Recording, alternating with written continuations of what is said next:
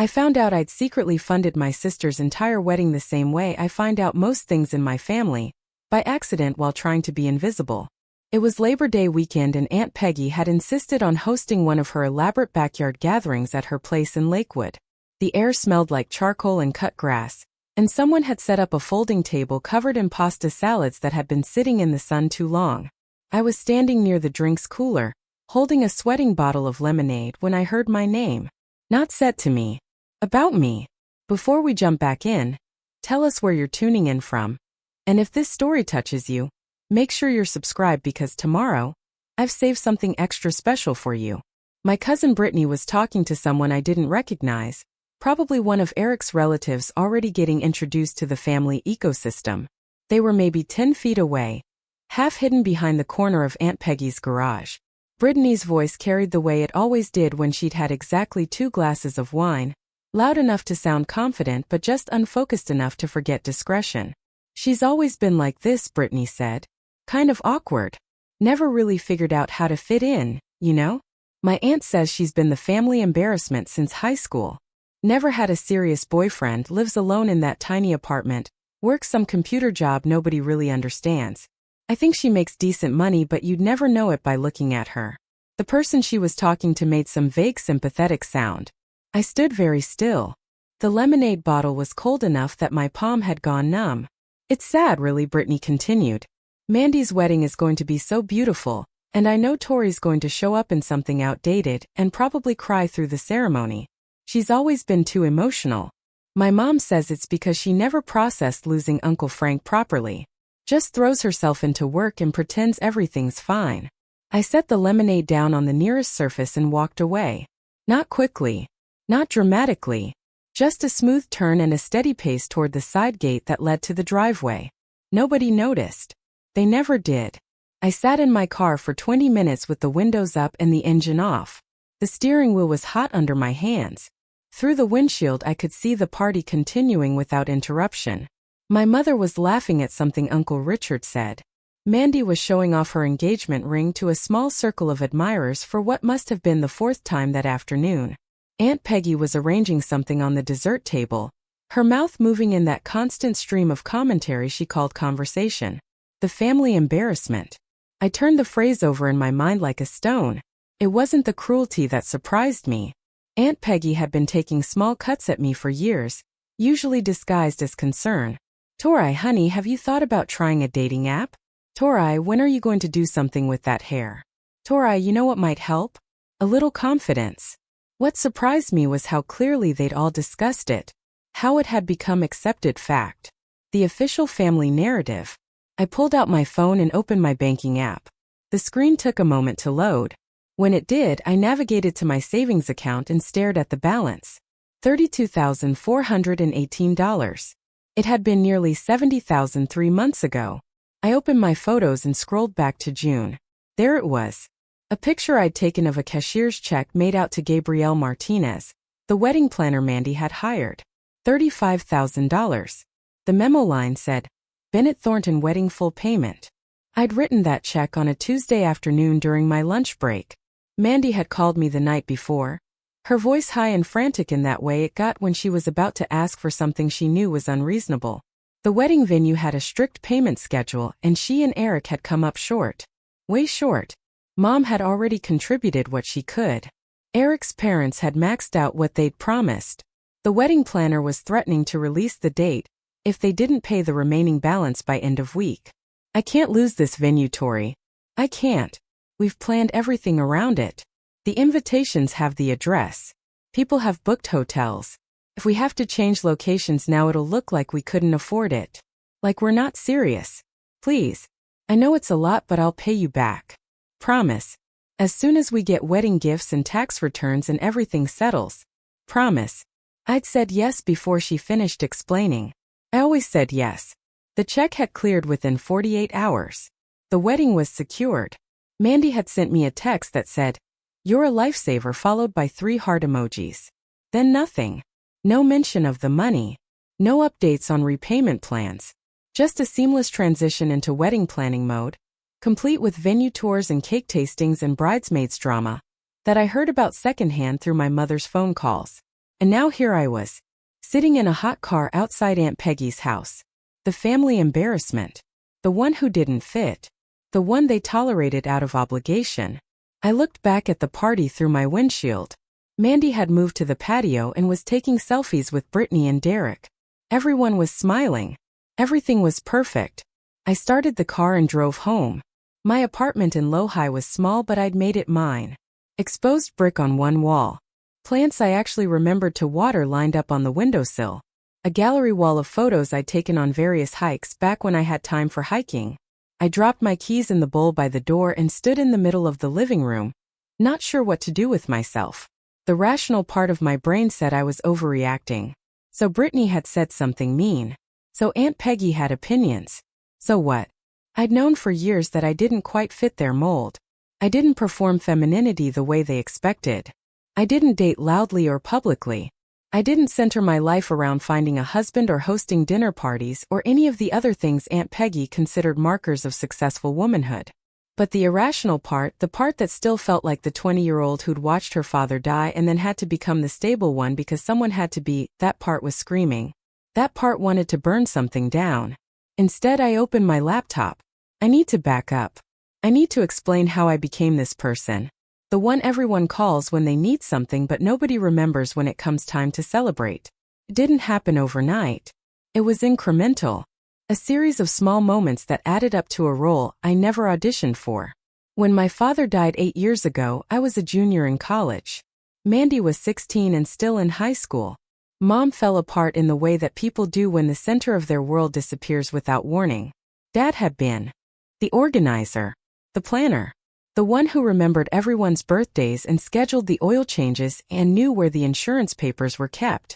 When he died of a heart attack on a completely ordinary Wednesday, we discovered that none of us knew how to run the household. I came home. I took a semester off that turned into a year. I learned how to sort medical bills and deal with insurance companies and cook meals that weren't pasta with Jared sauce. I held Mandy while she cried and listened to Mom stare at the wall and talk about how she couldn't remember how Frank liked his coffee, which seemed to represent some larger failure she couldn't articulate. When I finally went back to school, I did it part-time. Online classes. I finished my degree in computer science 2 years late, while working full-time at a tech startup that didn't care about traditional timelines as long as I could code. By the time I graduated, I'd become the family's de facto problem solver. Computer broken? Call Tori. Need help moving? Call Tori. Can't figure out your taxes? Call Tori. I didn't mind. Not at first. Felt good to be useful. It felt like I was honoring something my father would have wanted. Keeping everyone together, keeping things functional. But somewhere along the way, being useful became being invisible. My own life, the things I wanted or needed or dreamed about, became secondary. Background noise. The family would ask how I was doing in that perfunctory way people do when they're really just waiting for their turn to talk. And before I could answer with anything substantive, they'd already be pivoting to their own updates. Mandy's college graduation, her new job, her relationship with Eric, her promotion, her engagement. Each milestone was a family event. We rallied. We celebrated. We made a fuss. My promotion to senior developer at 26, a title people usually didn't get until their 30s, was acknowledged with a text from my mother that said, "That's wonderful, honey," followed by, "Do you think you could help Mandy move next weekend? She's finally getting that apartment in Cap Hill." I helped her move. Of course I did. The wedding had been the culmination. Preparing and narrating this story took us a lot of time, so if you are enjoying it, subscribe to our channel. It means a lot to us. Now back to the story. Mandy got engaged last November, right before Thanksgiving. She'd announced it at Thanksgiving dinner, actually, holding up her hand so the diamond caught the light. Everyone had gasped and applauded. Aunt Peggy had immediately started talking about venues and dates, and whether a spring or fall wedding made more sense. Mom had cried. Uncle Richard had made a toast. I'd been in the kitchen refilling the water pitcher when it happened. By the time I came back, the conversation had moved on to color schemes. Over the following months, wedding planning consumed every family gathering. Mandy would arrive with her phone full of Pinterest boards and questions. Should the bridesmaids wear navy or dusty blue? Were uplighting and string lights redundant? What about a Esmeralda's bar for the reception? I'd contributed opinions when asked. I'd gone to the group bridesmaid dress fitting even though I wasn't a bridesmaid. Mandy had chosen her college roommate and Eric's sister and Brittany. When Mom had gently suggested including me, Mandy had said she wanted to keep the bridal party small, and anyway, wouldn't I rather just enjoy the wedding as a guest? Wouldn't that be less stressful?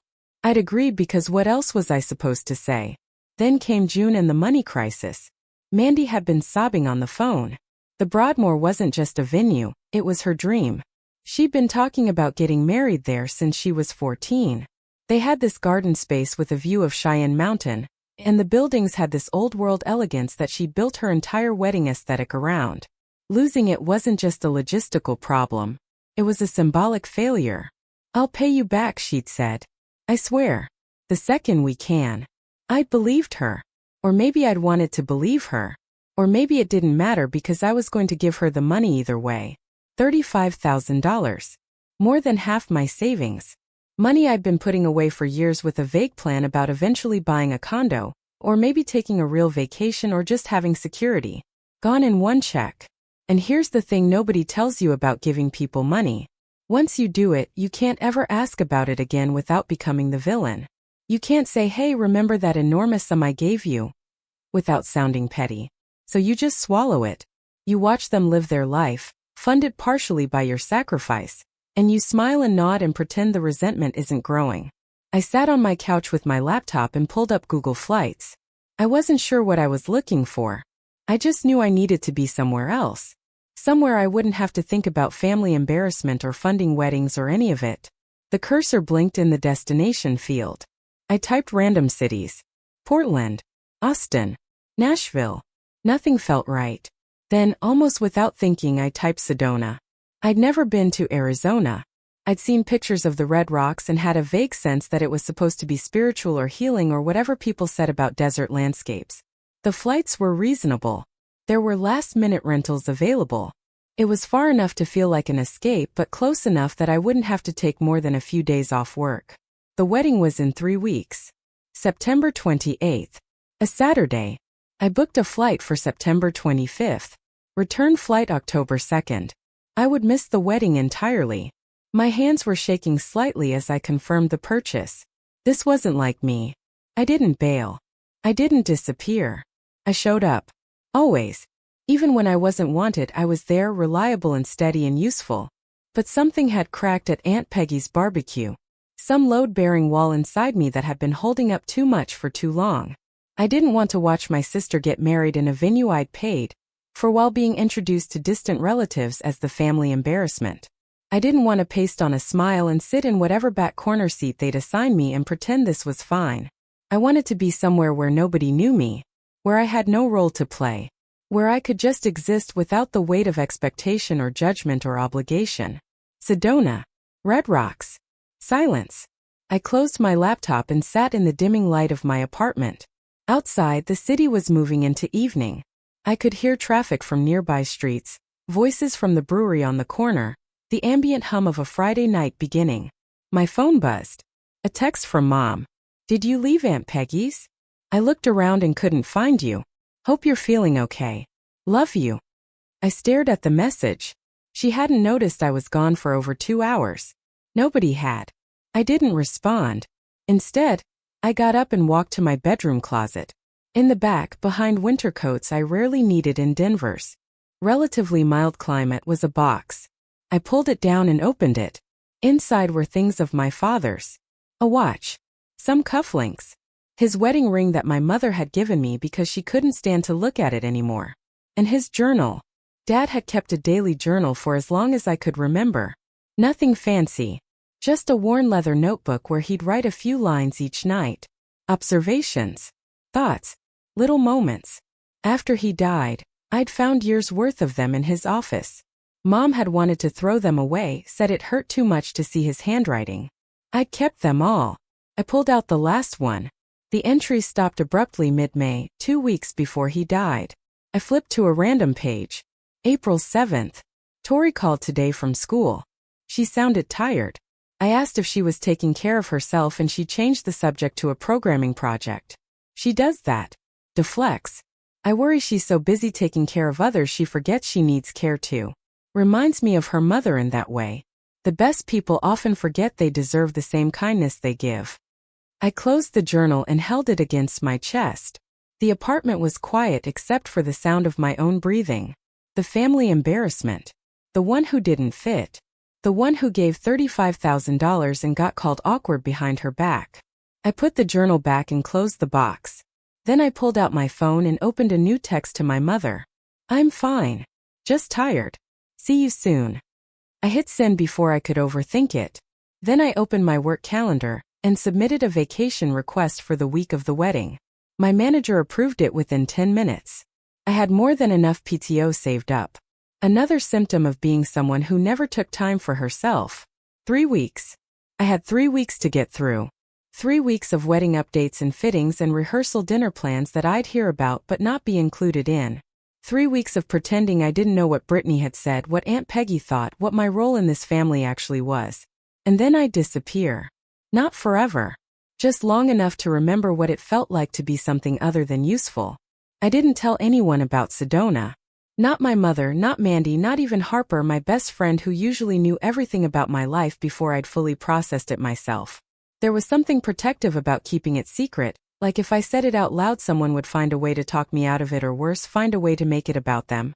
The 3 weeks crawled and sprinted simultaneously. Work kept me busy enough during the day. We were in the middle of a product launch and I'd spend 8 or 9 hours staring at code, debugging, attending meetings where people use words like synergy and pivot without irony. It was mind-numbing and perfect. I didn't have to think about anything except whether the authentication module would hold up under load testing. But evenings were different. That's when my phone would light up with the family group chat, a thread I'd muted years ago but still checked compulsively, the way you can't help touching a bruise to see if it still hurts. The messages were constant. Mandy posting photos of flower arrangements with captions like, "Can't decide between peonies and garden roses. Help." Mom responding with strings of heart emojis. Aunt Peggy weighing in with essays about how her wedding had featured roses and they'd held up beautifully in the photographs, which somehow turned into a story about her honeymoon in Cape Cod and how young people today didn't appreciate classic elegance. Brittany posted a photo of her bridesmaid dress with the caption 3 weeks, until I'm standing up there with my gorgeous cousin. Derek commented with a gif of someone popping champagne. Uncle Richard sent a thumbs up emoji, his only form of digital communication. Nobody asked me anything. Nobody said, "Tori, what do you think?" Or, "Tori, can you make it to the rehearsal dinner?" I was in the chat. I could see everything. But I was atmospheric like wallpaper. On September 10th, Mandy posted a long sentimental message about how blessed she felt, and how she couldn't wait to marry her best friend, and how grateful she was for everyone's support during the planning process. She tagged Eric, Mom, both sets of parents, all 3 bridesmaids, the wedding planner, even the photographer. The post had 47 comments within an hour. I read it twice, searching for my name. It wasn't there. That night I lay in bed staring at my ceiling and did the math. $35,000 for the venue. I'd also sent her $1,500 in April when she needed deposits for the photographer. Another $800 in May for the dress alterations because apparently the sample size didn't fit right and custom work wasn't included in the original price. Then there was the $600 I'd contributed to the bachelorette party in July, a weekend trip to Santa Fe that I hadn't been invited on but was asked to help fund because everyone's chipping in and it wouldn't be fair if we left you out of the group gift. $37,900. I'd given my sister nearly $38,000 in 5 months. My savings account that had once held $70,000, money I'd accumulated through years of living below my means and taking on freelance coding projects and skipping vacations, now had $32,000. I'd lost more than half of it. And my sister had thanked a photographer on social media but not me. I got up and walked to my window. Denver at night was a grid of light stretching toward the dark mass of the mountains. Somewhere out there, Mandy was probably looking at wedding Pinterest boards or texting Eric about seating charts. Mom was maybe watching TV in the house I'd helped her keep after Dad died, the mortgage I'd contributed to when her real estate commissions dried up during the recession. I pressed my forehead against the cool glass and felt something I'd been avoiding for weeks. Not anger exactly. Something quieter and more final. Resignation maybe. Or clarity. They didn't value me. They valued what I could do for them. My phone buzzed. A text from Mom. Can you pick up Aunt Dot from the airport next Thursday? Her flight gets in at 2:15. I have a showing I can't move. Aunt Dot was my grandmother, my father's mother, flying in from Tucson for the wedding. She was 82 and sharp as ever, the only member of the family who'd never made me feel inadequate. But the request was so perfectly representative of how things worked. No, are you free? No, would you mind? Just the assumption that I'd rearrange my day because I always did. I looked at my calendar. September 19th. I'd be at work. I'd have to leave early, fight traffic to DIA, wait at the cell phone lot, navigate the chaos of passenger pickup, drive her back to Mom's house, which was the opposite direction from my apartment. 2.5 hours minimum, probably 3. I typed back, I have a work thing. That day, sorry. Then I deleted it. Typed can't, I'll be in meetings. Deleted that too. Finally I just wrote, I'm not available that day. I hit send before I could soften it with apologies or explanations. The message showed as delivered. Then the 3 dots appeared. The universal signal that someone was typing a response. They appeared and disappeared twice. Finally a message came through. Oh, okay. I'll figure something out. That was it. No guilt trip. No passive aggression. Just acceptance. It felt almost anticlimactic, like I'd been bracing for an argument that never came. 10 minutes later, another text. This one from Mandy. Mom said you can't get Grandma? What's going on? I stared at the message. What's going on? As if my unavailability was a crisis that required investigation. I have plans, I typed back. What kind of plans? Personal ones. The 3 dots again. A longer pause this time. Then, is everything okay? You've been kind of distant lately. I almost laughed. Distant. I'd been exactly where I always was, in the background, available and useful. The only thing that had changed was that I'd said no to one request. Everything's fine, I wrote. Just busy with work. Okay, she responded. Then after a beat, let me know if you need to talk or whatever. I didn't respond. There was nothing to say that wouldn't sound bitter. And I was trying very hard not to be the bitter one. I was trying to just quietly extract myself without leaving scorch marks. The next few days passed in a strange fugue state. I went to work. I came home. I started researching things to do in Sedona, even though I had no real plan beyond being somewhere else. Hiking trails. Vortex sites. Scenic overlooks. I read reviews of them with the kind of focus I usually reserved for technical documentation. On September 15th, exactly 10 days before my flight, I went to Stella's Brew, the coffee shop 3 blocks from my apartment. It was a Sunday morning and I'd woken up with anxious energy. I needed to walk off. The place was busy with the post-church crowd and people doing laptop work. I ordered a cordido and found a small table near the window. I was reading an article on my phone about Devil's Bridge Trail when someone said my name. I looked up. It was Ian, a colleague from work, standing with a to-go cup and a surprised smile. Tori, hey. I almost didn't recognize you outside the office. I smiled back, slipping my phone into my pocket.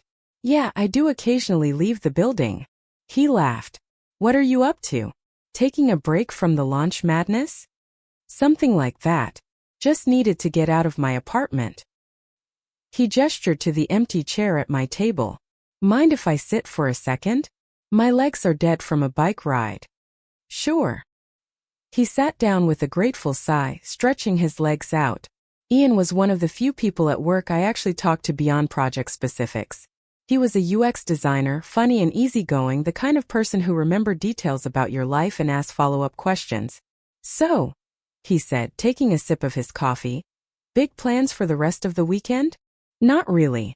Just trying to relax before things get hectic. Right, the wedding. Your sister's getting married soon, right? You mentioned it a while back. I was surprised he remembered. I'd mentioned it once, probably in passing during a lunch break. Yeah, end of the month. That's exciting. Are you in the wedding party? No, just a guest. He nodded, not pressing, but I could tell he'd noticed the flatness in my voice. Still, family weddings can be a lot. Lots of obligations and expectations. You have no idea. He smiled sympathetically. My sister got married 2 years ago, and I spent the entire weekend being asked when I was going to settle down. By the end, I was ready to fake my own death. I laughed, genuine and surprised. That sounds terrible. It was. But hey, open bar made it tolerable. He paused, studying me for a moment. You doing okay? You seem kind of stressed. It was such a simple question, asked with actual concern, and it hit me harder than it should have. When was the last time someone had asked if I was okay, and actually waited for a real answer? Honestly, I don't know. Family stuff is complicated. It always is. He leaned back in his chair. For what it's worth, you're allowed to take space from complicated. You don't owe anyone access to you just because you're related. I looked at him, this person who barely knew me, saying exactly what I needed to hear. Thanks. I think I'm starting to figure that out. Good. He finished his coffee and stood up. Well, I should get going. But hey, if you need to vent or just want to grab coffee and complain about family, I'm around. I might take you up on that. He waved and headed out. I sat there for a while longer, watching people come and go, feeling something in my chest loosen slightly. That afternoon I did something I hadn't done in months. I went hiking. Just a short trail in Red Rocks Park, nothing ambitious, but it felt good to move, to be outside, to focus on nothing but foot placement and breathing. At the top of the trail there was a view of the valley, the city sprawling below, mountains rising in the distance. I took a photo. Not a good one, just a quick shot on my phone, slightly washed out by the afternoon sun. I looked at it for a moment, then impulsively posted it to my Instagram story. No caption, no location tag, just the image.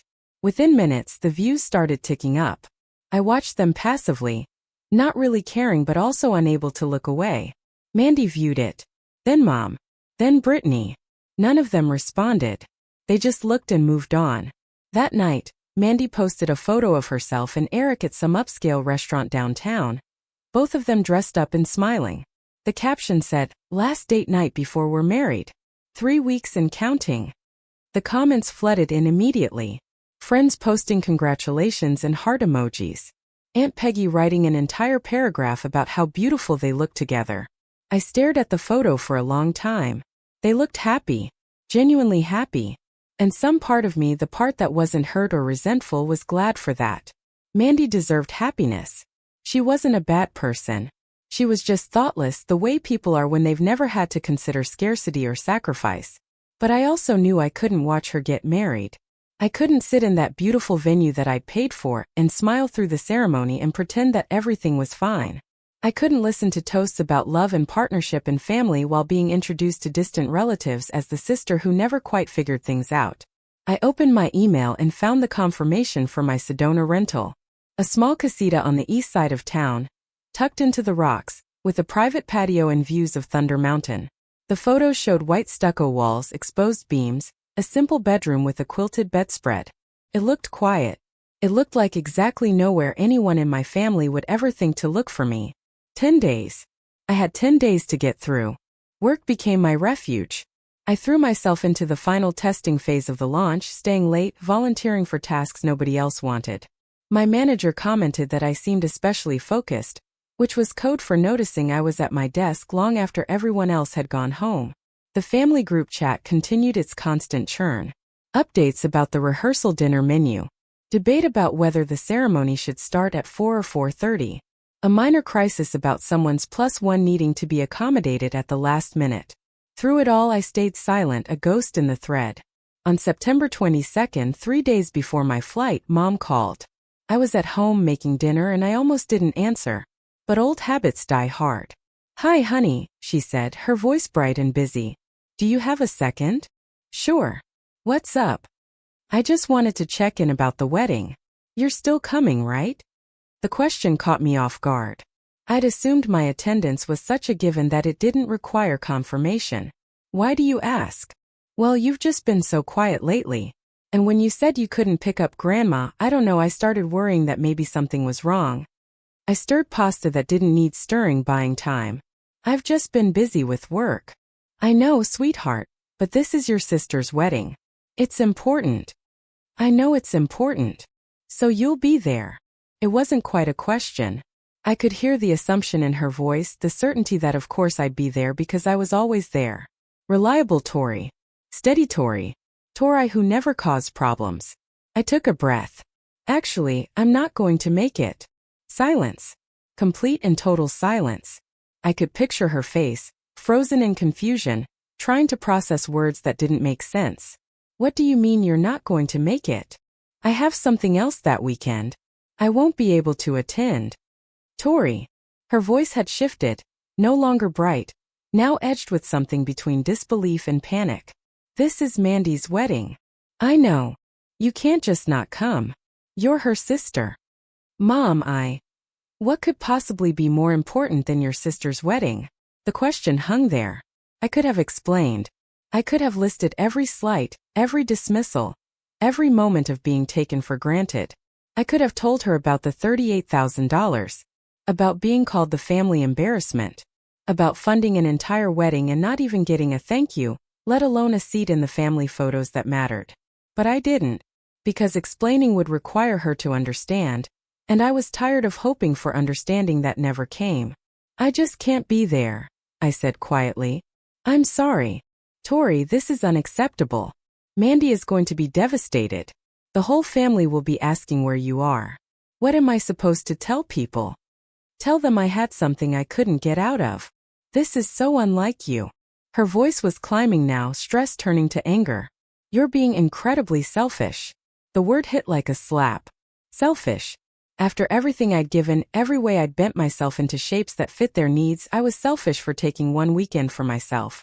I have to go, I said. My dinner's burning. It wasn't, but she didn't argue.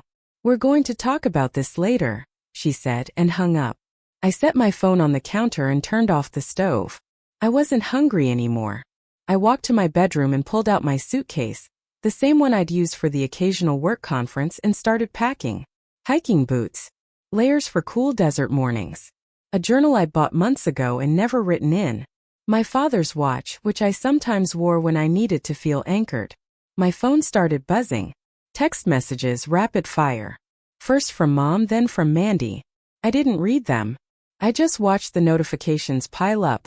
A digital avalanche of demands for explanation and capitulation. Finally, I turned the phone face down and finished packing in silence. 3 days later, I was sitting in Denver International Airport, waiting for my flight to Phoenix with a connection to Flagstaff and then a rental car down to Sedona.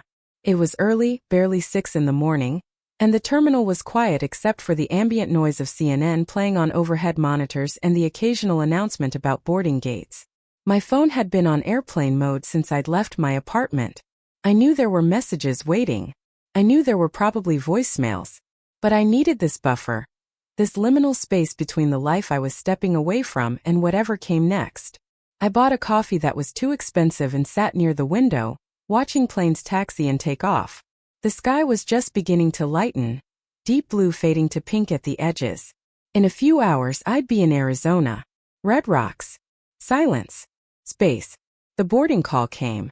I gathered my things and got in line, feeling the weight of my phone in my pocket, still silent, still holding back the flood. As I handed my boarding pass to the gate agent and walked down the jetway, I felt something unexpected. Not guilt. Not anxiety. Just a quiet, tentative sense of relief. The plane touched down in Flagstaff just before noon. I'd slept through most of the flight, the kind of deep dreamless sleep that comes from complete exhaustion, and woke up to the pilot's voice announcing our descent. Outside the small oval window, the landscape had transformed from Colorado's green and gold into something stark and ancient. Red earth. Scrub brush. Rock formations that looked like they'd been there since the beginning of time. The Flagstaff airport was tiny, barely more than a single terminal, and I collected my rental car with the efficiency of someone who just wanted to keep moving. The woman at the counter asked if I was visiting for pleasure or business, and I said pleasure, even though I wasn't sure that was accurate. Escape didn't quite fall into either category. The drive from Flagstaff to Sedona took about 40 minutes, Highway 89A winding through Oak Creek Canyon, in a series of switchbacks that made my hands grip the steering wheel tighter than necessary. But the views were worth the anxiety. Towering red cliffs on either side, pine trees clinging to impossible angles, and glimpses of the creek below, water moving over smooth stones. I'd rolled the windows down and the air smelled different here. Drier. Cleaner. Like sun on rock and something almost sweet, maybe juniper or pinyon pine. The temperature was perfect, warm but not hot, the kind of late September weather that made you understand why people moved to the desert. By the time I reached Sedona proper, driving through the main strip with its art galleries and tourist shops and restaurants with names like Cowboy Club and Elote Cafe, I felt some of the tension in my shoulders begin to release. Nobody here knew me. Nobody here needed anything from me. I was just another tourist in hiking boots and sunglasses, anonymous and unimportant. The casita I'd rented was on the east side of town, tucked into a residential area that felt removed from the commercial energy of the main drag.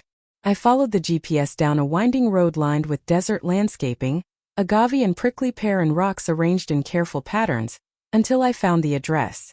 The property was exactly like the photos. Small. Simple. White stucco with a red tile roof and a wooden gate that opened onto a private courtyard. The owner had left the key in a lockbox by the door along with a handwritten note welcoming me and listing the Wi-Fi password and some local recommendations. I let myself in and stood in the doorway for a moment, taking it in. Terracotta tile floors. White walls with exposed dark beams across the ceiling. A small kitchen with turquoise accents. A living area with a leather couch and a fireplace I probably wouldn't need. Through the sliding glass door at the back, a patio with 2 chairs and an unobstructed view of red rocks rising against a painfully blue sky. I dropped my suitcase in the bedroom and walked directly to the patio. The silence was profound. No traffic noise. No voices. Just wind and the occasional bird call and the vast quiet of open space. I sat down in one of the chairs and pulled out my phone, my finger hovering over the button that would take it off airplane mode. I didn't press it. Not yet. Instead, I just sat there, letting the desert settle around me, feeling the sun warm my face and arms. Somewhere back in Colorado, my family was probably in full wedding preparation mode. Final fittings and rehearsal arrangements and last-minute panics about weather and timelines. They were probably also talking about me, wondering where I was, whether I'd actually meant it when I said I wasn't coming. Let them wonder. For the first time in as long as I could remember, their uncertainty wasn't my problem to solve. I spent the rest of that first day doing essentially nothing. I unpacked my suitcase, hanging clothes in the small closet and lining up my toiletries in the bathroom. I made a sandwich from supplies I'd picked up at a grocery store on the way into town. I sat on the patio and read the first 50 pages of a novel I'd been meaning to start for months. As the sun began to set, painting the rocks in shades of orange and pink and purple that seemed almost artificially vivid, I finally turned my phone back on. The messages flooded in immediately. 37 text messages. 14 missed calls. 6 voicemails. I watched the notifications populate my lock screen like some kind of digital assault, and then I turned the phone face down on the patio table without reading any of them. Instead, I opened my camera and took a photo of the sunset. Nothing artistic, just a simple shot of the view from where I was sitting. The rocks glowing in the late light, shadows deep and long. I posted it to my Instagram story without a caption, without a location tag, just the image standing alone. Then I set my phone to do not disturb and went inside to make tea. The next morning I woke up early, before dawn, pulled from sleep by the unfamiliar silence and the quality of darkness that felt different from the city. I made coffee in the casita's small French press and took it outside, wrapping myself in a blanket against the desert morning chill. The sky was just beginning to lighten. Stars still visible overhead but fading as the eastern horizon turned from black to deep blue to pale gold. I sat there and watched the sun rise over the rocks. It wasn't dramatic or sudden. It was gradual, patient, the light creeping across the landscape in increments, bringing color back to a world that had gone monochrome in the night. By the time the sun fully cleared the horizon, the rocks were glowing red-orange, and I understood why people called this place spiritual. There was something about the scale of it, the age of it, that put human concerns into perspective. My phone buzzed inside. I ignored it. Instead, I got dressed in hiking clothes and consulted the list the owner had left. Cathedral Rock Trail was nearby, and supposed to offer good views without being too strenuous. That seemed manageable for someone who'd spent the last 6 months sitting at a desk. The trailhead parking lot was already half full when I arrived at 7:30. Other early risers with the same idea. I locked my car and joined the flow of people heading toward the trail, following signs and cairns up a path that started gentle but quickly became steep. The rock face of Cathedral Rock loomed above, a series of red spires reaching toward the sky. The climb was harder than I'd expected. Not technically difficult, but steep enough that I had to use my hands in places, scrambling over smooth red stone worn slick by thousands of other hikers. My thighs burned. My breath came hard. But there was something satisfying about it, something clean about physical exertion that had nothing to do with emotional labor. I reached a saddle between two of the rock spires and stopped, not quite at the summit but high enough for the view to open up completely. Sedona spread out below, the town looking small and contained against the vastness of the landscape. Red rocks in every direction, layers of geological time visible in the striations. The sky impossibly clear and blue. I sat down on a flat section of rock and drank water from the bottle I'd brought, letting my heart rate slow. A couple in their 60s climbed past me, offering friendly nods. A younger woman with a yoga mat strapped to her backpack settled nearby and pulled out her phone to take photos. Normal people doing normal things, none of them carrying the weight of family obligation or unanswered messages or weddings they'd paid for but wouldn't attend. I pulled out my own phone. The Do Not Disturb mode showed 42 notifications waiting. I looked at the number for a moment, then opened my camera instead and took a photo looking down at the town below, my hiking boots visible at the bottom of the frame to show the height. I posted it to my story with no caption, just the image, then put my phone away and sat for another 20 minutes, letting the quiet sink in. The hike down was easier but required concentration. The smooth rock was slippery and unforgiving, and more than once I had to sit down and scoot to a lower level rather than risk a fall. By the time I reached the parking lot, my legs were shaking and I was covered in red dust, but I felt more present in my body than I had in months. I drove back to the casita and showered, letting the hot water run over sore muscles, watching red dust swirl down the drain. Then I made lunch, scrambled eggs and toast, and ate it on the patio while reading more of my novel. The day stretched out with no particular shape or urgency. No deadlines. No requests. Just hours that belonged only to me. That afternoon I drove into town and wandered through art galleries, looking at paintings and sculptures and photographs that other people had made. I stopped at a shop that sold crystals and incense and other vaguely mystical objects, and even though I didn't believe in energy vortexes or chakras or any of it, I bought a small piece of rose quartz because it was pretty and pink and fit in my palm. At a coffee shop called Chocolaterie, I ordered something called a lavender latte and sat outside in the shade, watching tourists walk by with shopping bags and hiking gear. A family with 3 young kids struggled to keep everyone together and moving in the same direction. An elderly couple held hands as they examined a restaurant menu posted in a window. Life happening in its ordinary, unspectacular way. I finally opened my messages. It felt like ripping off a bandage, something that needed to be done but would hurt regardless of how quickly or slowly I did it.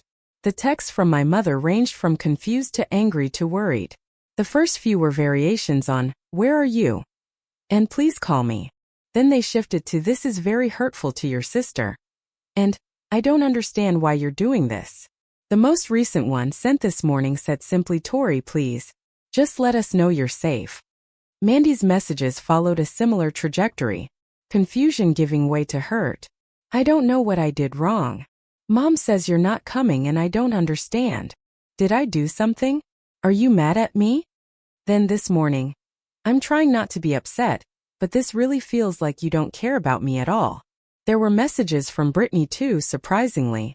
"Hey, heard you're not coming to the wedding? Everything okay?" And then later, "Aunt Linda is really stressed about this, just FYI."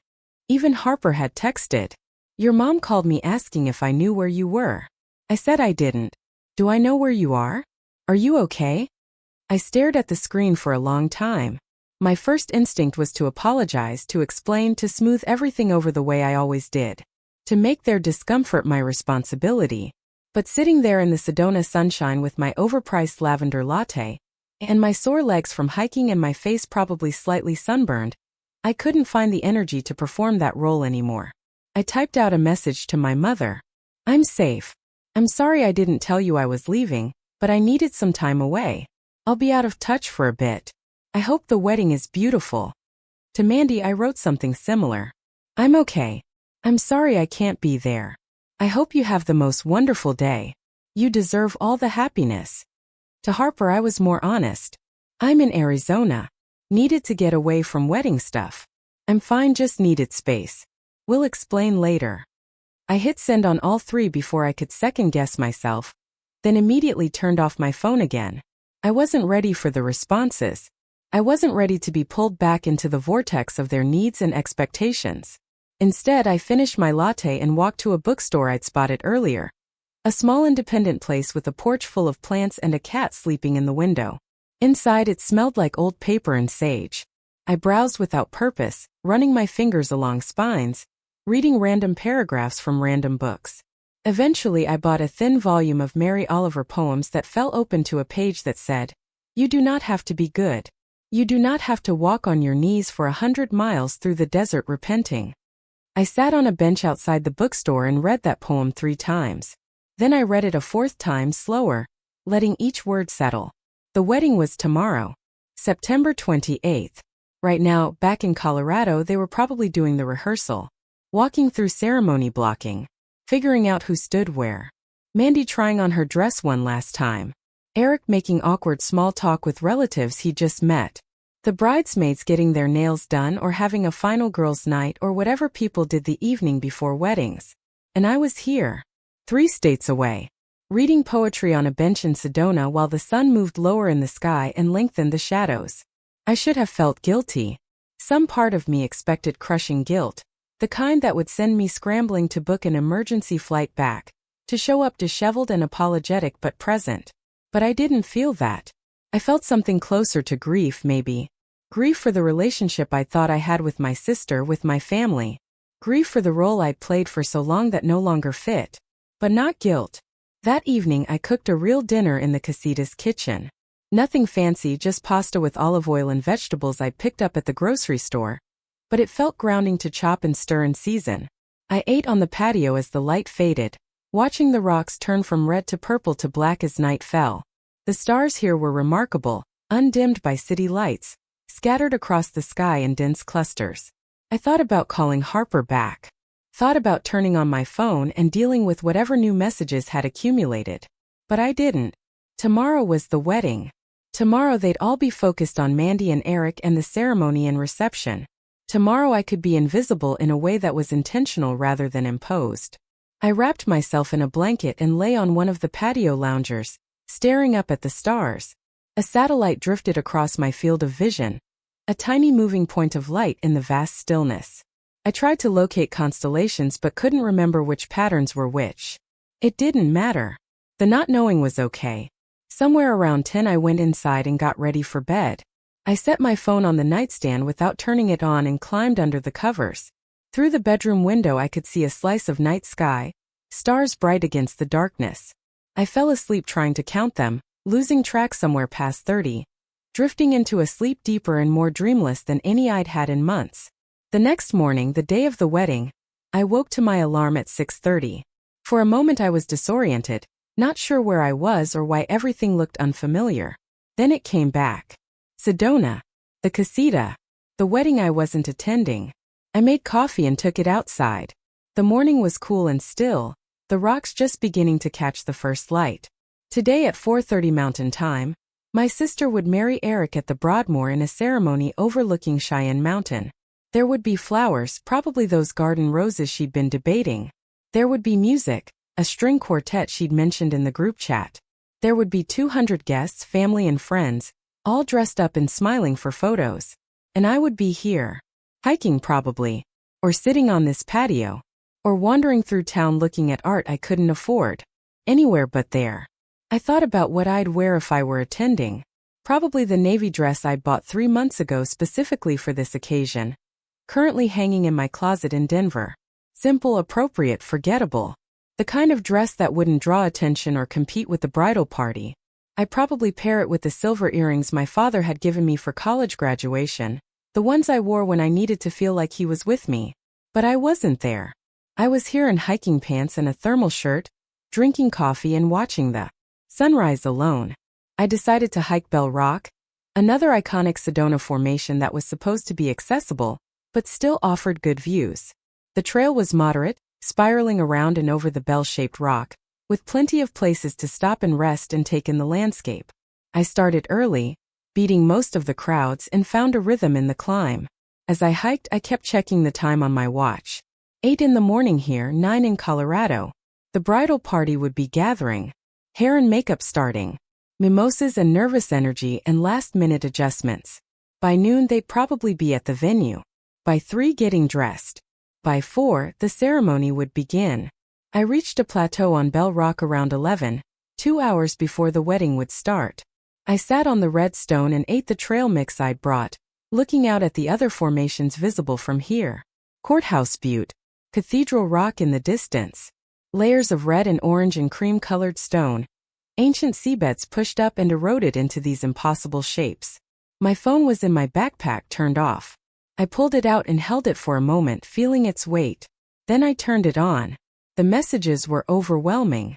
Not just from family now, but from extended relatives who'd apparently heard I wasn't coming.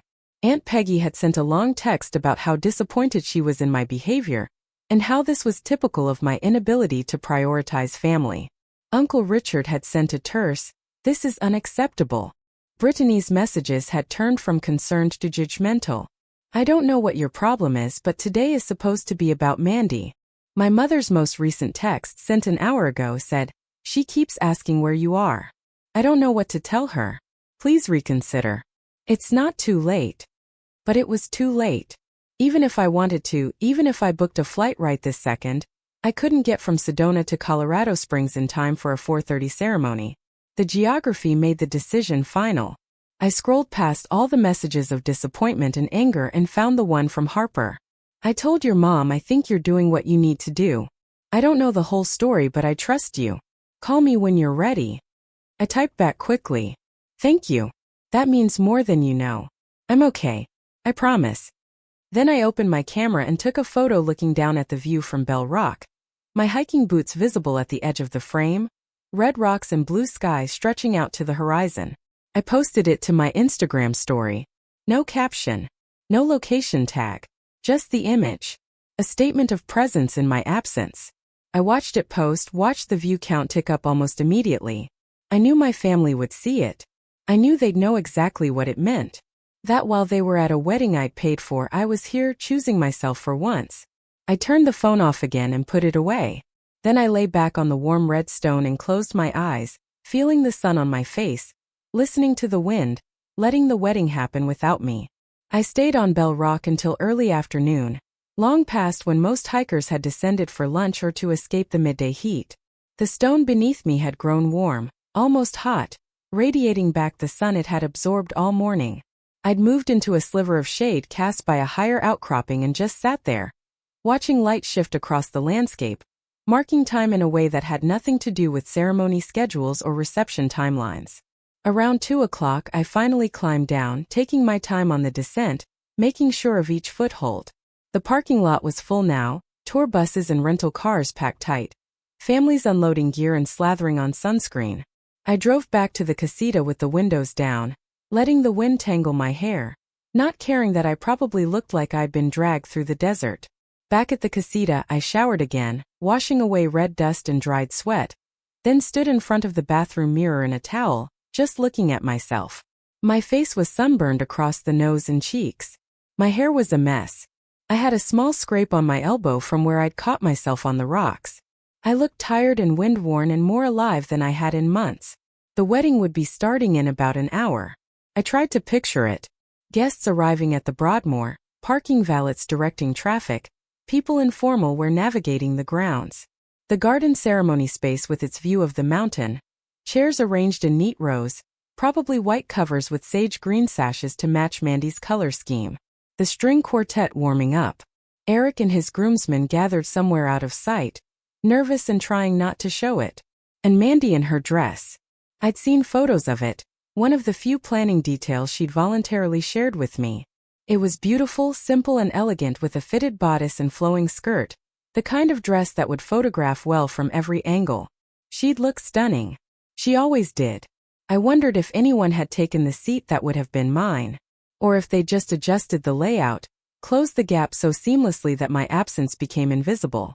That seemed more likely. Easier to rearrange than to explain.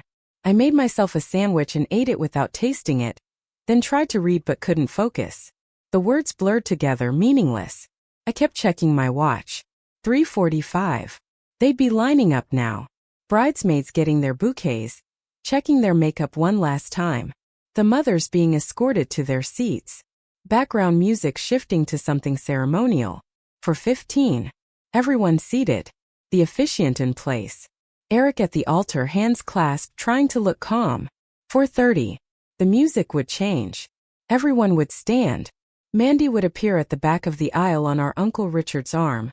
Since our father wasn't here to walk her down, she'd pause for effect, letting everyone take in the moment, then begin that slow measured walk toward her future.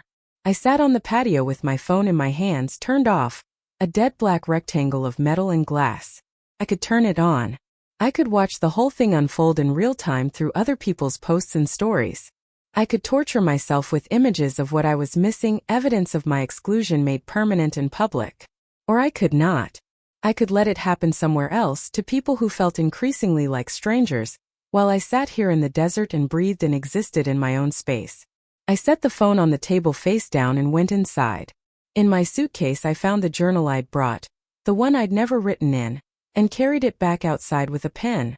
I sat down and opened to the first blank page, staring at it for a long moment before I started writing. I didn't write about the wedding.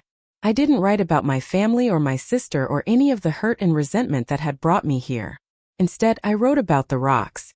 About the way the morning light had looked on Cathedral Rock. About the sound of wind through juniper trees. About the elderly couple I'd seen holding hands outside the restaurant. About the simple pleasure of scrambled eggs eaten on a patio with no one needing anything from me.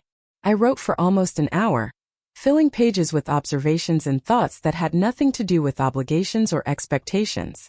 When I finally stopped, my hand was cramping and the sun had moved enough that I was sitting in full shade. I looked at what I'd written, all these words that were just for me, and felt something settle in my chest. By 6 o'clock, the ceremony would be over. They'd be taking photos now, the golden hour light making everything look magical and intentional. Bride and groom, wedding party, family groupings, all the combinations that proved everyone who mattered had been there. In a few hours, those photos would start appearing online, perfect and polished, telling the story they wanted told. I made dinner, a simple stir-fry with vegetables and rice, and ate it slowly while the sky began its evening transition. The light here was different every moment, constantly shifting, painting the rocks in shades that seemed almost unreal. I took my plate outside and watched the colors deepen, orange to pink to purple to that particular blue that comes just after sunset. My phone stayed off. The wedding reception was probably starting now. Cocktail hour in some elegant room, past appetizers and an open bar. Then dinner, toasts, the first dance. All the ritualized moments that made a wedding a wedding. Aunt Peggy would give a speech, probably something sentimental and pointed about family and commitment. Eric's best man would tell embarrassing stories that walked the line of appropriateness. My mother would cry, mascara running despite her best efforts. And Mandy would be radiant, exactly as she should be. This was her day. She deserved to have it be perfect. My absence didn't change that. If anything, my presence might have complicated it, brought an undercurrent of tension that everyone would have felt but no one would have named. As full dark settled in, I finally turned on my phone. The notifications were catastrophic. Over 100 messages. 23 missed calls. Voicemails I knew I wouldn't listen to, but I didn't open any of it. Instead, I went straight to Instagram and looked at the tag posts and stories. There it was. The wedding in digital form. Photos of the ceremony space, flowers arranged in cascading sprays. Mandy and Eric at the altar, both in profile, holding hands. The kiss, captured from multiple angles by multiple guests. Reception shots, the venue transformed with lighting and linens and centerpieces that must have cost a fortune. My fortune technically, though no one looking at these images would know that. I scrolled through them with a strange detachment. It all looked beautiful, professional, exactly the wedding Mandy had wanted.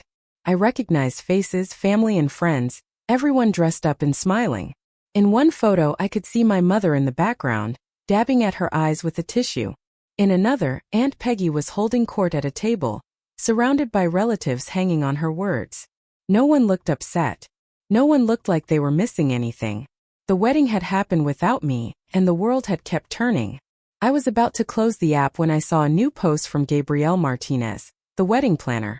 It was a photo of Mandy and Eric cutting the cake, both of them laughing at something off camera. The caption was standard wedding planner marketing. Something about love and celebration and honor to be part of their special day. But there was a comment from Mandy underneath it, posted just minutes ago. Gabrielle, you made everything so perfect. I can't thank you enough. And I need to publicly thank my sister Tori, who made all of this possible. Tori, I know you're not here and I don't fully understand why, but I want you to know that none of this would have happened without you. You funded this entire wedding when we couldn't, and I never properly thanked you. I'm sorry for that. I'm sorry for a lot of things. I hope we can talk soon. I love you. I read it 3 times. Then I read it a 4th time slower, making sure I hadn't misunderstood. She'd thanked me. Publicly. At her wedding. In front of everyone. The comments under her post were already multiplying. Heart emojis and congratulations and variations on so sweet. From people who had no context. But there were others too. From family members. Aunt Peggy had written, I didn't know that, followed by 3 periods that somehow conveyed an entire recalibration of assumptions. My mother had commented Tori has always been so generous, which felt both true and completely insufficient. Brittany had written, wait, seriously? Derek had left a surprised emoji. Other relatives were chiming in with variations of shock and newly minted appreciation. The family embarrassment had suddenly become the family benefactor, and I could practically feel the cognitive dissonance radiating through the comment section. I set the phone down and stared at the dark shapes of the rocks against the slightly less dark sky. She'd thanked me. After everything, after the silence and the exclusion and the casual dismissal of my feelings, Mandy had stood up at her wedding reception and publicly acknowledged what I'd done. It didn't erase anything.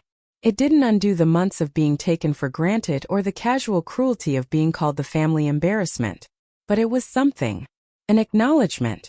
A crack in the facade that they'd all constructed where I was simultaneously essential and invisible. My phone started ringing. My mother's name on the screen.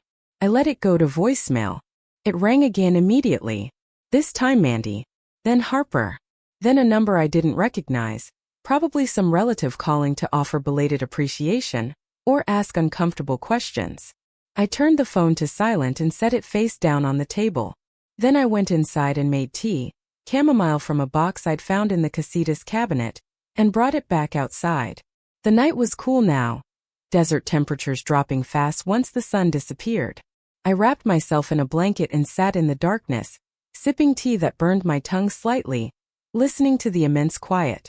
The next morning I woke before dawn again, some internal clock having adjusted to this rhythm of early rising and watching the sun bring the rocks back to life. I made coffee and sat on the patio wrapped in layers against the chill, waiting for light. My phone was still where I'd left it, face down and silent. I knew there would be more messages, more calls, more demands for response and explanation. But I wasn't ready yet. I needed this space to last a little longer. As the sun rose, I thought about what came next. I had the casita for 3 more days. Then I'd fly back to Denver and return to my apartment and my job and my life. The wedding would be over. Mandy and Eric would leave for their honeymoon, somewhere tropical from what I'd overheard in planning discussions. The family would disperse back to their regular routines. And I'd have to figure out what my relationship with all of them looked like now. Whether Mandy's public thank you was the beginning of actual change, or just a momentary acknowledgement that would fade back into the old patterns. Whether my mother would understand why I'd left or would just see it as another thing to be managed and smoothed over. Whether Aunt Peggy would revise her opinion of me, or would find new ways to be dismissive. I couldn't control any of that. I could only control my own boundaries, my own willingness to keep playing roles that hurt me. Around 8, I finally picked up my phone and turned it back on. The messages were exactly what I'd expected. Shock and apology and confusion all tangled together. My mother had left 4 voicemails, each one more emotional than the last. Mandy had sent a long text message that I could see started with Tori, "I'm so sorry." But I didn't open it to read the rest. There were also messages from relatives I barely spoke to, suddenly interested in my life and decisions. Brittany had texted, "I had no idea you paid for everything. That's actually really amazing." Derek had sent, "Props to you, seriously." Even Uncle Richard, king of the terse communication, had written, "You're a good sister." I scrolled through them all without responding to any. Then I opened the thread with Harper and read her messages. There were several, spanning from last night through this morning. The most recent one said, "I saw Mandy's post. Holy shit, Tori. We need to talk when you're ready. No pressure, just want to make sure you're processing all this okay." I typed back, "I'm okay. Still in Sedona. Processing. We'll call you soon."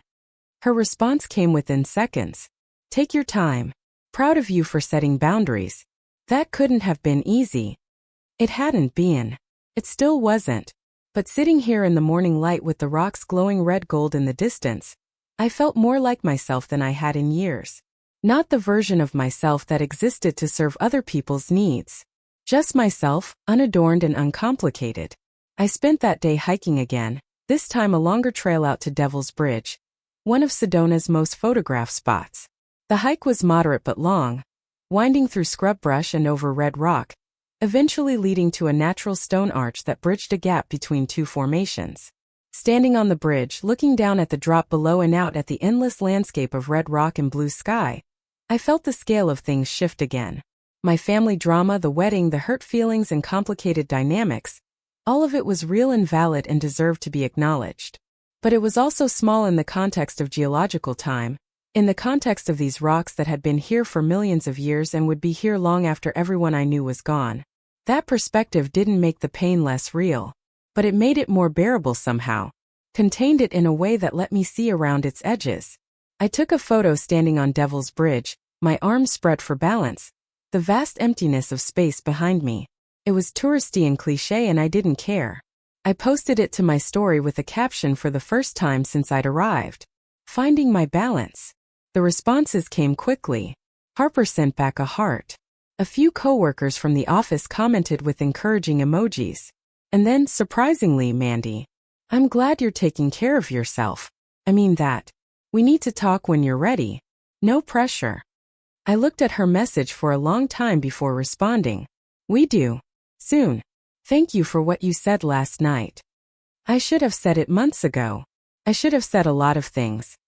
That was all we exchanged, but it felt like something. Not resolution, but the possibility of it. A door opening where before there had only been wall. I spent my last 2 days in Sedona in a kind of peaceful limbo. I hiked more shorter trails that didn't require as much exertion. I sat in coffee shops and read and wrote in my journal. I drove the scenic routes with no destination in mind, just following roads that looked interesting, pulling over at overlooks to take photos I'd probably never look at again but that felt important to capture in the moment. I started responding to messages selectively. To my mother, I sent a short text saying we'd talk when I got home but that I was fine and needed this time. To Aunt Peggy's demanding message about explanations and family responsibility, I sent nothing. Some bridges were worth burning, or at least worth letting weather naturally into collapse. On my last evening, I sat on the casita patio and watched the sunset one more time. The rocks cycled through their now familiar progression of colors, the light show I'd witnessed every evening I'd been here. Tomorrow I'd pack up and drive back to Flagstaff and fly home to Denver and resume my regular life. But something had shifted. Some fundamental recalibration of who I was willing to be, and what I was willing to accept. I'd left Colorado as the family embarrassment, the awkward sister who never quite fit. I was returning as someone who'd chosen herself, who'd set a boundary and held it even when it was uncomfortable, who'd proven that the world didn't end when she said no. My phone buzzed. A text from Mandy. "Can we video chat? I know you're still in Arizona, but I really want to talk to you before you come home." I looked at the message, then at the sunset, then back at the message. I wasn't ready for a full reckoning yet. But maybe I was ready for a beginning. "Give me 20 minutes, I typed back. I went inside and washed my face, put on a clean shirt, poured myself a glass of water. Then I settled on the couch and opened FaceTime, calling her back. She answered immediately. She was in what looked like a hotel room, her hair down and makeup mostly removed, wearing a soft-looking sweater. She looked tired but also more present than I'd seen her in months. Hi, she said, and her voice cracked slightly. Hi. Thank you for calling. I wasn't sure you would. I wasn't sure either. We looked at each other through the screens, separated by hundreds of miles and years of accumulated hurt. She took a breath. I'm sorry, she said. I'm so sorry, Tori. For all of it. For taking you for granted and not appreciating what you did, and not inviting you properly to the wedding, and just assuming you'd always be there no matter how I treated you. I'm sorry it took you leaving for me to see how badly I'd messed up. I felt tears prick my eyes but kept my voice steady. Why did it take me leaving? I don't know. I think I just got so used to you being the reliable one, the one who handled things, that I stopped seeing you as a person with your own feelings and needs. You became like infrastructure. Essential but invisible. That's exactly what it felt like. I know. God, Tori, I know, and I'm so ashamed of it. When Mom told me you weren't coming to the wedding, I was angry at first. Like, how dare you miss my big day? And then I was hurt. And then I started actually thinking about everything you'd done for me, not just the money but all of it, and I realized I couldn't remember the last time I'd asked how you were doing without it being just a formality before I launched into my own stuff. February, I said quietly. You called me in February when you were worried about your performance review at work. You asked how I was doing and actually waited for an answer. That was the last time. She closed her eyes. That's 7 months ago. Yes. And in those 7 months, how many times did I ask you for something? I didn't want to answer that, but she deserved the truth. A lot. The wedding money was $35,000. I know that because I finally looked at the paperwork. That's more than half of most people's annual salary, and I just took it and said thank you with emojis and then never mentioned it again. You said you'd pay me back. I did say that.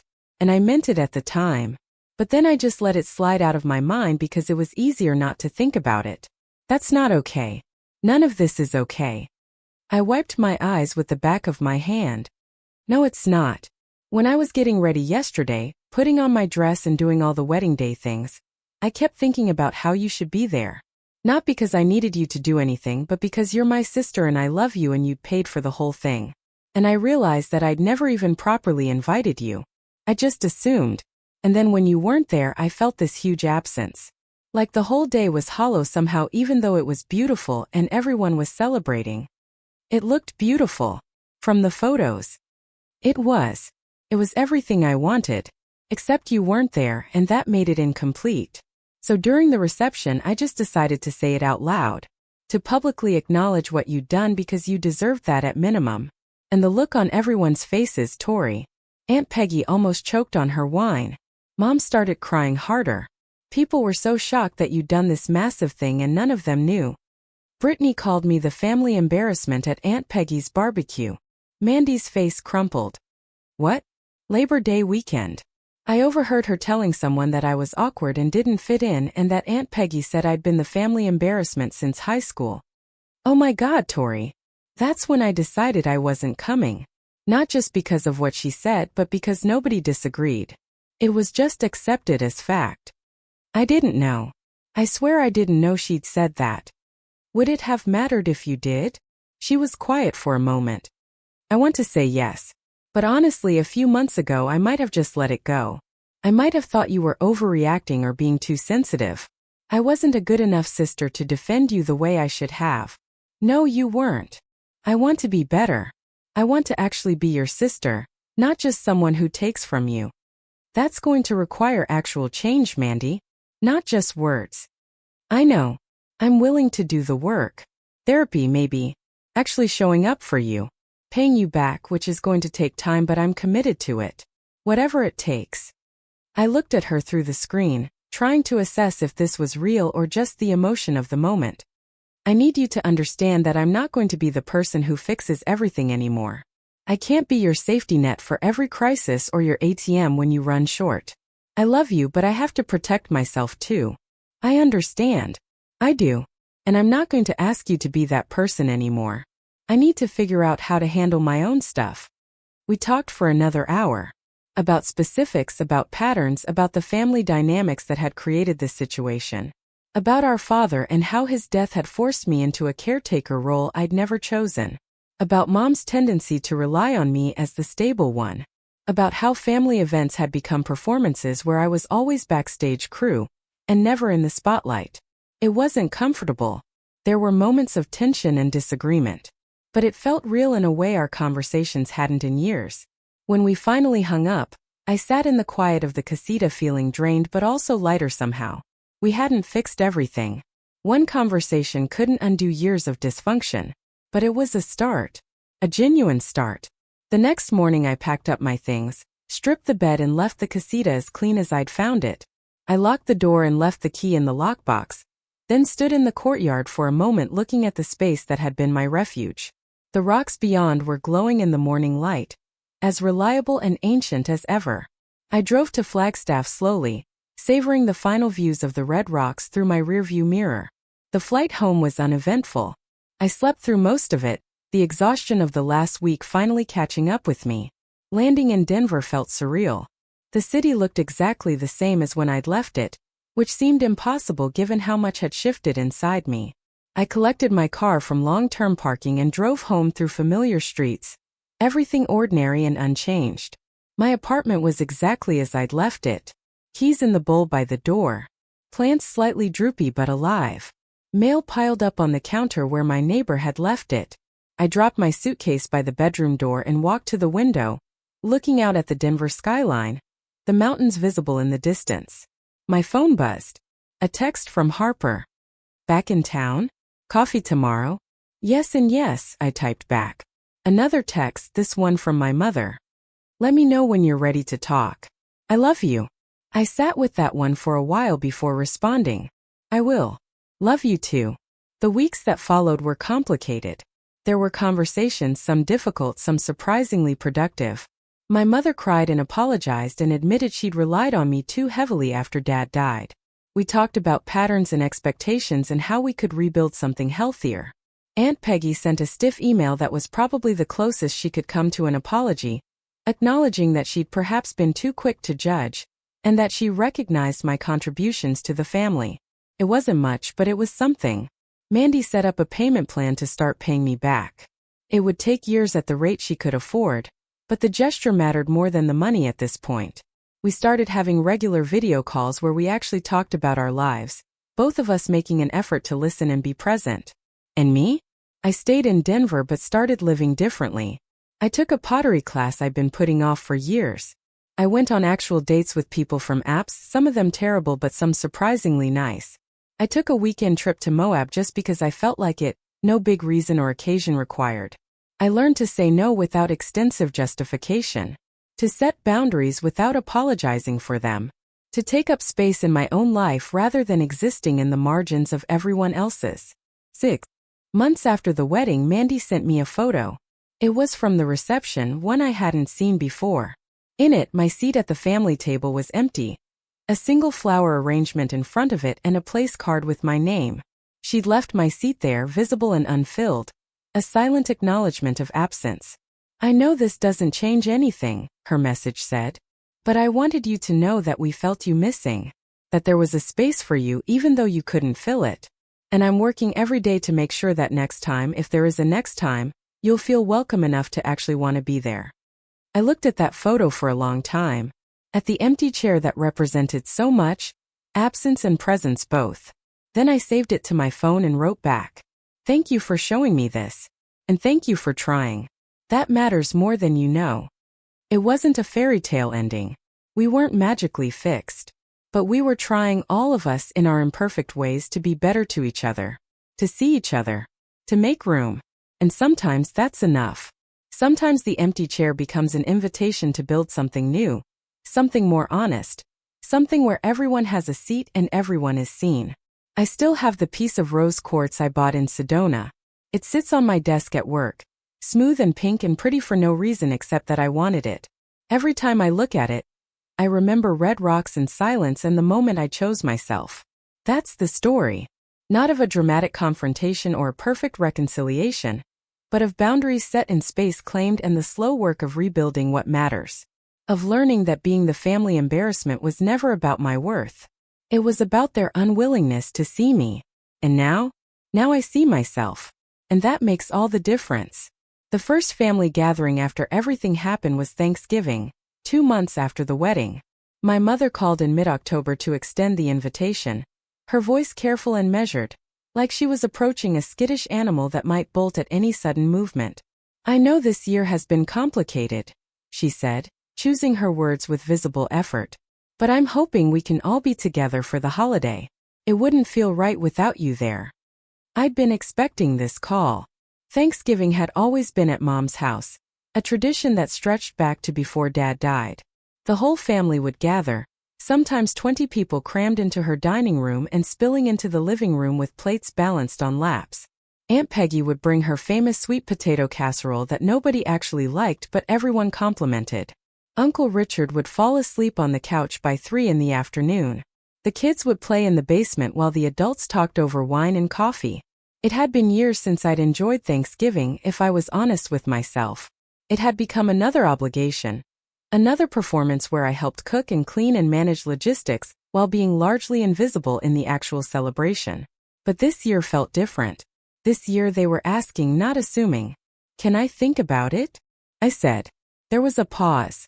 In the old dynamic, this would have been where she'd push, where she'd deploy guilt or obligation or family duty to secure my compliance. But she didn't. "Of course," she said instead. "Just let me know by the end of the month so I can plan accordingly." I told her I would and we hung up.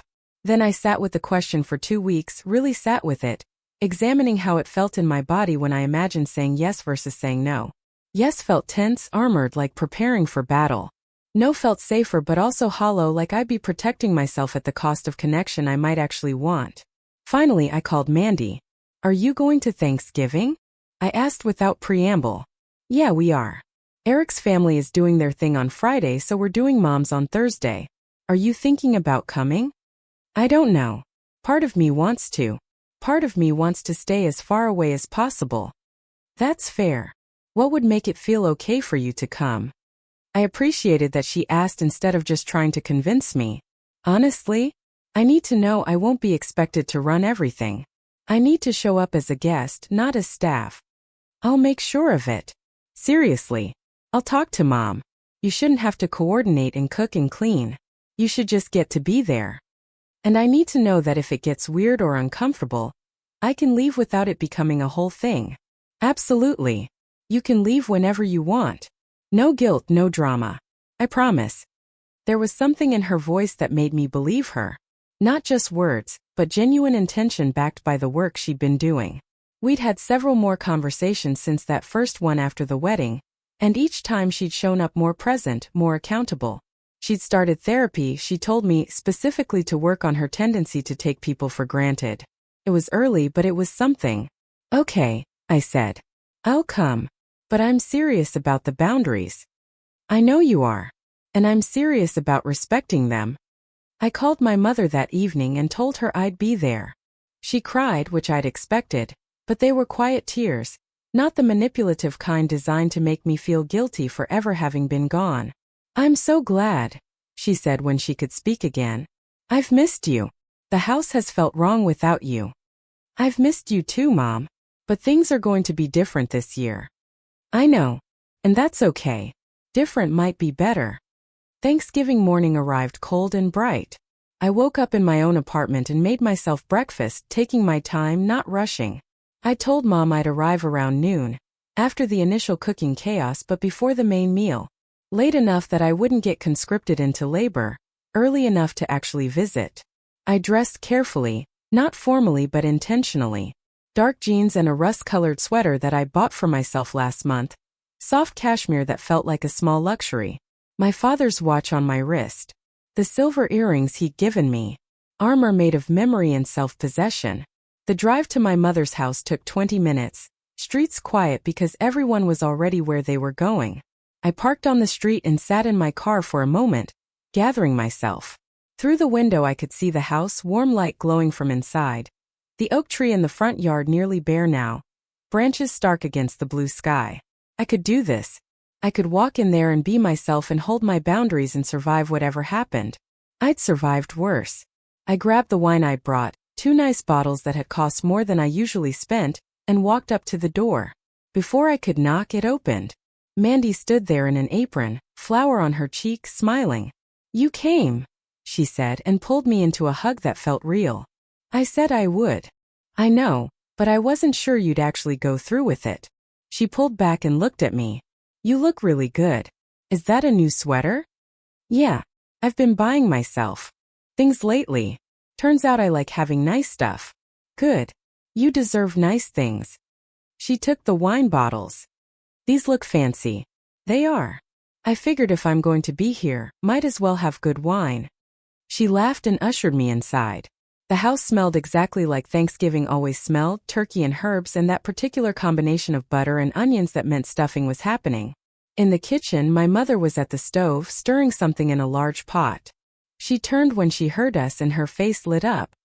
Tori, she said, setting down the spoon and coming to hug me. I'm so happy you're here. Thanks, Mom. I hugged her back, letting myself feel it. Whatever else was complicated, she was still my mother, and I'd missed her. Can I get you something to drink? Coffee? Wine? We have that sparkling cider you used to like. Coffee would be great. I'll get it, Mandy said quickly. You two go sit down. I've got the kitchen under control. My mother looked surprised but pleased. Are you sure? Positive. Go visit with your daughter. We went to the living room and sat on the couch where I'd sat 1,000 times before. The room was decorated for fall, small pumpkins and gourds arranged on the mantel, a bowl of nuts on the coffee table, family photos on the walls, including several from Mandy's wedding. I noticed there was also a new photo I hadn't seen before, one of me from several years ago at some family gathering laughing at something off camera. It was in a nice frame prominently displayed. I found that one last month, Mom said, following my gaze. I realized I didn't have enough current photos of you up. I'm trying to fix that. It's a good picture. You look happy in it. Genuinely happy. She paused. I want you to be that happy again. I want to be part of making that possible instead of making it harder. Mandy brought my coffee made exactly the way I liked it, and then excused herself back to the kitchen. My mother and I sat in comfortable enough silence for a moment before she spoke again. I've been doing some thinking, she said. About patterns. About how things worked in this family after your father died. Yeah. I put too much on you. You were 20 years old and I made you responsible for keeping everything together because I couldn't. And then I never released you from that role even after I got steadier. I just kept expecting you to be the capable one, the one who handled things, and I stopped seeing the cost of that. It was really hard, Mom. I know. I'm starting to know. I don't think I fully understood until you weren't here. Until I had to actually step up and handle things myself. She twisted her hands in her lap. When you didn't come to the wedding, my first reaction was anger. How could you do this to your sister, to the family, to me? But then you were just gone and we had to figure everything out without you. And I realized how much we'd all been leaning on you. How much I'd been taking for granted. I felt invisible, I said quietly. Like I only mattered for what I could do, not for who I was. That's a terrible way to feel. Especially from your family. Especially from me. She reached over and took my hand. I'm sorry, sweetheart. I'm so sorry I made you feel that way. You deserved better. I felt tears threatening but blinked them back. Thank you for saying that. I mean it. And I'm going to keep working on doing better, not just saying it. I know trust gets rebuilt through actions, not words. We sat there holding hands for a few minutes, not needing to fill the silence with anything else. It wasn't complete healing, but it was real, and real mattered more than perfect. The rest of the family started arriving around one. Aunt Peggy and Uncle Richard came first, carrying the infamous sweet potato casserole and a pumpkin pie from Costco. Aunt Peggy saw me on the couch and froze for just a moment, clearly not certain how to proceed. Then she set down the casserole and came over. Tori, she said. It's good to see you. You too, Aunt Peggy. I want to apologize for some things I said. Some judgments I made that weren't fair or kind. I'm glad you're here. It wasn't effusive and it wasn't particularly warm, but coming from Aunt Peggy it was significant. Thank you. I appreciate that. She nodded and moved on to greet my mother, but something had shifted. The dynamic had adjusted in some small but meaningful way. Brittany and Derek arrived next, along with Derek's girlfriend whose name I could never remember. Brittany made a point of coming to sit with me, which felt deliberately generous. "Hey," she said. "I'm really glad you came. And I'm sorry about what I said at the Labor Day thing. That was shitty of me." "Yeah, it was. I was drunk and being catty and I said something cruel. It wasn't true and I shouldn't have said it regardless. You're not an embarrassment. You're actually probably the most accomplished person in this family and we've all been weirdly threatened by that." I looked at her, surprised by the self-awareness. "Thank you for saying that. I mean it. And for the record, what you did for Mandy's wedding was incredible. I don't think any of us could have done something that generous. I hope I don't have to do it again." She laughed. "Fair enough. But still. It was really something." As more family arrived, I found myself settling into the gathering in a way I hadn't in years. I wasn't running around refilling drinks or checking on food or managing the invisible logistics. I was just there, present as a person rather than as a function. Mandy had clearly briefed everyone because multiple family members made a point of not asking me to do things, even simple things like grabbing something from the kitchen. It was almost comically obvious, but I appreciated the effort. Dinner was called around 3. We all crowded around the extended dining table, chairs borrowed from various rooms to accommodate everyone. I ended up between Mandy and my grandmother Dot, who'd arrived late after getting lost on the way from her hotel.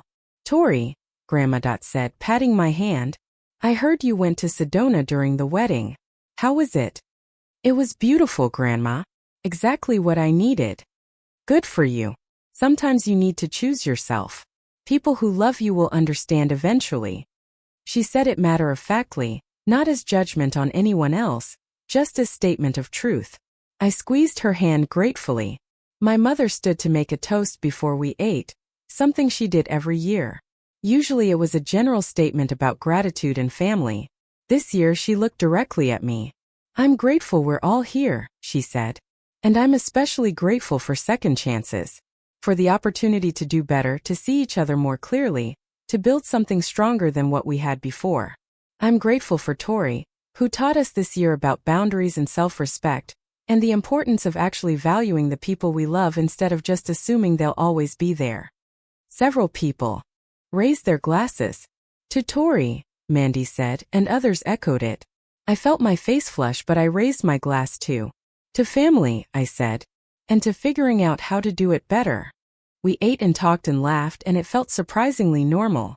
Not perfect, there were still awkward moments and old patterns trying to reassert themselves, but overall it felt different. Lighter somehow. More honest.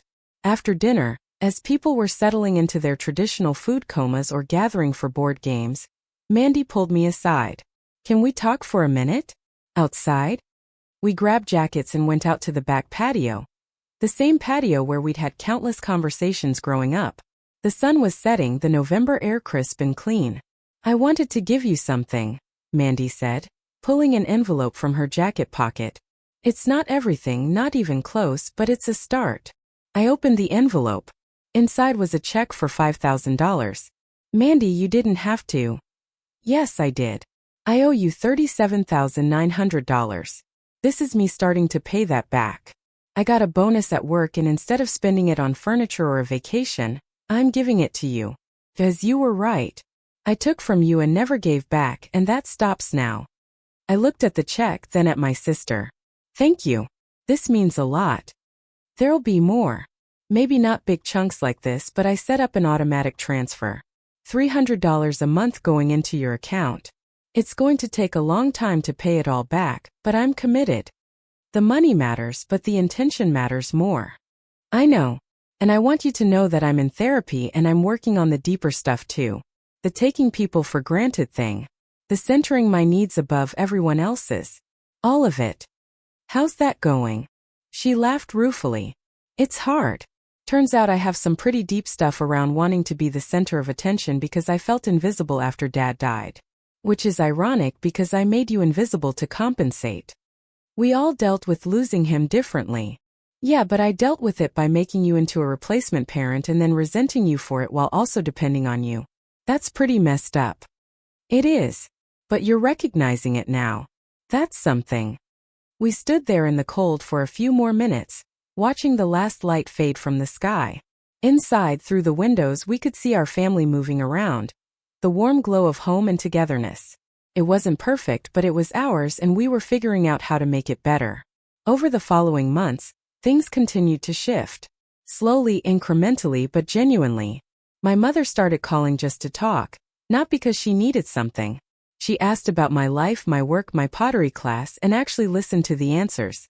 We started having lunch once a week, just the two of us, rebuilding our relationship outside the context of family obligations. Mandy kept up her monthly payments and her therapy. We developed a routine of video calls every Sunday evening where we'd catch up on the week, and she made a conscious effort to ask about my life as much as she shared about hers. When she needed advice, she asked if I had the bandwidth to give it rather than just assuming.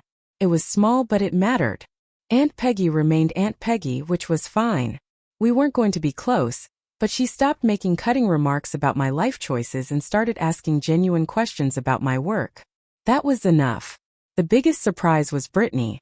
She'd reached out a few weeks after Thanksgiving to ask if I wanted to grab coffee, and we'd started meeting up every few weeks. Turned out when she wasn't performing for her mother or the family, she was actually interesting and funny and dealing with her own stuff around never feeling good enough for Aunt Peggy's impossible standards. "I think I was mean to you because I was jealous," she admitted one afternoon over lattes. "You got out from under it somehow. You stopped caring what Aunt Peggy or anyone else thought. I'm still trying to figure out how to do that." "Therapy helps," I said. "And getting some distance. And realizing that their opinions don't define you." "Working on all of the above," she said. "Thanks for giving me another chance." Work continued well. The product launch had been successful, and I'd gotten recognition for my contributions. In January, I was offered a promotion to lead developer with a significant raise. I accepted and used part of the extra money to book a trip to Iceland for April, the place I'd originally thought about going during the wedding. Better late than never. I went on more dates, some good, some terrible, all of them teaching me something about what I wanted and didn't want. In March, I met someone, a teacher named Marcus who was kind and funny, and had his own healthy boundaries with his family. It was early, but it felt different from relationships I'd had before. Less desperate, more genuine. Harper remained my constant, the friend who'd never wavered, who'd supported me through all of it without judgment. We celebrated my promotion with expensive cocktails, and she told me she'd never been prouder of anyone. "You did it," she said, raising her glass. "You completely rebuilt your relationship with your family on your terms. That's incredible." "I didn't do it alone. They had to be willing to change too." "Sure, but you created the conditions that made change necessary. You set the boundary and held it. That takes serious strength." By the time Mandy's first anniversary rolled around in late September, almost a year since the wedding I hadn't attended, things felt genuinely different. She called me a month before to ask if I'd come to an anniversary dinner she and Eric were hosting, small and casual, just family and close friends. "Of course I'll come," I said without hesitation. "Really? You don't need to think about it?" "Really? Things are different now. You're different. I'm different. We're building something better." The anniversary dinner was at their apartment, nothing fancy, just good food and conversation with people who actually wanted to be there. At one point, Mandy stood up to make a toast, something she'd clearly prepared. "A year ago, we got married in the most beautiful ceremony," she said, looking at Eric with obvious love. "But the wedding wasn't perfect because someone really important wasn't there." "Tori, I know I've said this before, but I need to say it again in front of everyone. Thank you for everything you did to make that day possible. Thank you for being generous even when we didn't deserve it. And thank you for setting boundaries that forced all of us to be better family members. This year has been about growth and honestly and actually showing up for each other, and a lot of that started because you said no. So thank you." Everyone raised their glasses. I felt emotional but not sad, moved but not wounded. This finally was what family was supposed to feel like. Seen and valued and appreciated not for what I could provide but for who I was. Later that evening, as I was getting ready to leave, my mother pulled me aside. She handed me a small wrapped box. "This isn't much," she said, "but I found it when I was going through some of your father's things and I thought you should have it." I unwrapped the box. Inside was a small leather journal, identical to the ones my father had kept for years. Tucked inside was a note in his handwriting. "For Tori," it read. "For when she's ready to write her own story." I looked at my mother confused. When did he give you this? He didn't. I found it in his desk after he died, already wrapped with your name on it. I think he meant to give it to you for graduation or something, but he ran out of time. I've been holding on to it, waiting for the right moment. This feels like it. I held the journal, feeling the weight of it, the intention behind it. My father, even in death, somehow knowing I'd need permission to write my own story, to step out of the roles everyone else assigned. Thank you, Mom. He'd be proud of you. I'm proud of you. I drove home that night with the journal on the passenger seat, this gift from my father that had waited years to reach me.